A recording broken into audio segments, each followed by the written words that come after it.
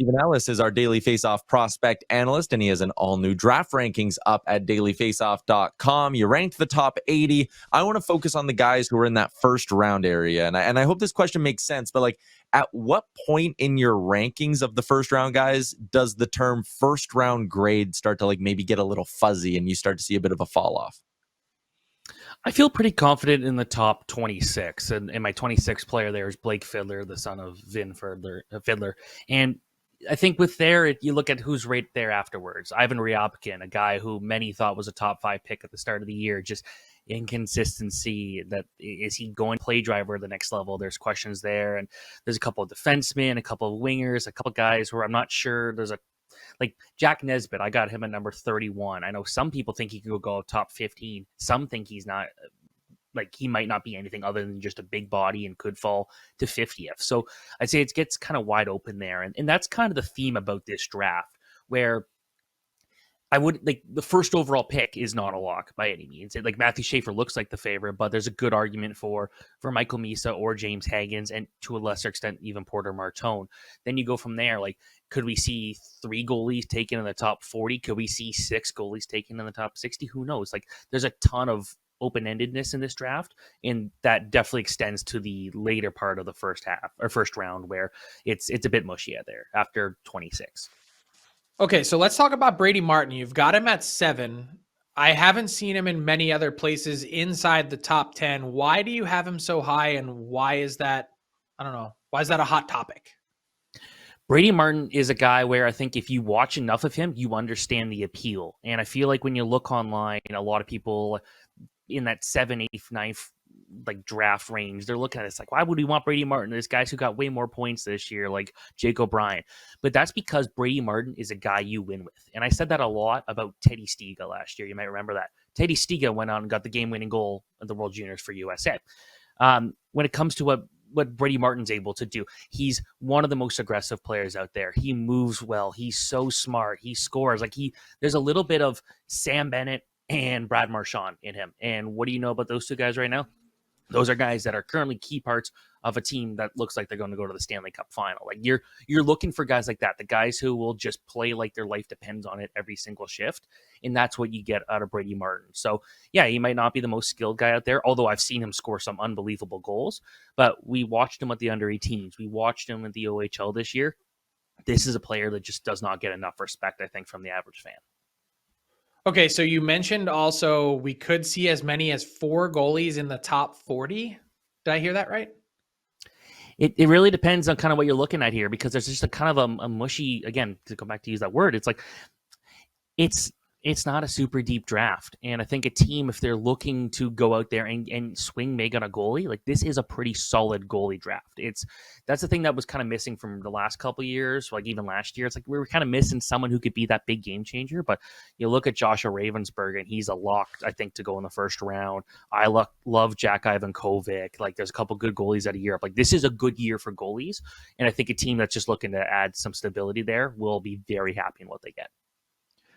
So go ahead, Frank. I was going to say, just to follow up on that quickly, is that not a deep draft and a good goalie draft? So therefore, if you're not really sure what position to take or who's next on your board, that you're like, well, I might as well take a swing on a goalie. Am I kind of parsing down what you're saying? Yeah, 100%. I'm a big Jack Ivankovic fan. I got a feature on him on Friday where I think he's the next Dustin Wolf. And I watched a lot of Dustin Wolf in his draft year, and there's a lot of similarities in the way that the style of their play, the way they hold their glove up to make sure they could take the top part of the net away and make up for that smaller frame. And we saw him play some outstanding hockey at the U18s in the Hlinka Gretzky, and was even good in the game that Canada lost to Latvia at the World Juniors.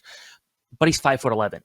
You're banking on him becoming 6'4" like his dad, a former OHL goaltender and a Pittsburgh Penguins prospect.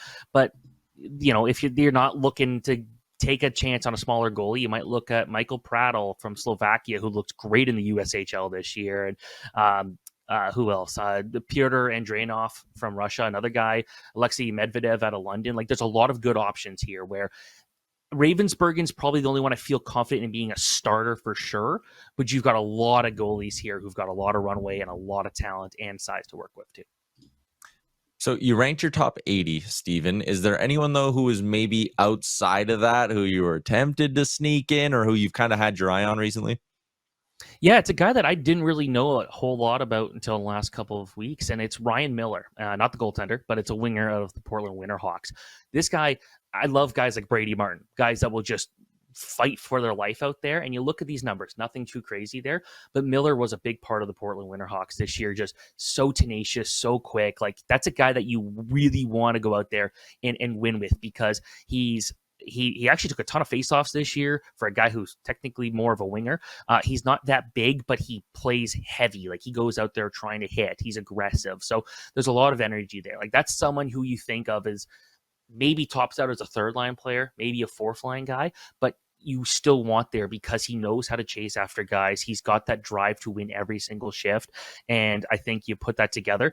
Those are guys you're always trying to find in the third or fourth round, someone who you might be able to win on as a depth guy that plays that role really, really well. And it's the type of guy that teams will trade for at the trade deadline.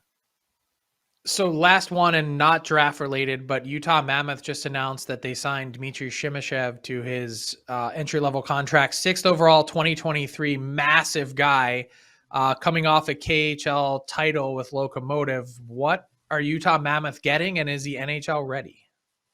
I think he's definitely NHL ready. And what you're getting there in him is a guy that's got that big frame. He might not go out there and be the most aggressive player, but he blocks shots. He moves well. He's really smart. Like I talk about, you really want guys who've just got good hockey IQ, guys that understand how to read plays really well. And that's something we continue to see that he continues to improve on, where he's always in the right spot at the right time to not only get the puck where it needs to be, but to defend in his own zone without being caught out of position. Like, this is a guy who was playing in the KHL at 17 and 18 years old. Like, that's a brutal league for a young player to play in. And he did not look out of sorts there. Like, he played in the power play, played on the penalty kill. He did everything. So yeah, I think he's going to be probably a top 4 defenseman pretty immediately in the NHL. Stephen Ellis, our Daily Faceoff prospect analyst, his top 80 is out now. I saw Pat put the link in the YouTube chat if people want to check it out. Stephen, thanks for popping on. Thanks so much. What's up, hockey fans? If you enjoyed that video, then you need to be hitting the subscribe button right here at Daily Faceoff. Exclusive interviews and analysis from our hockey insider Frank Seravalli, fantasy updates from Brock Sagan, and a daily live show at noon Eastern, Monday through Friday. You don't want to miss any of the fantastic content, so hit that subscribe button.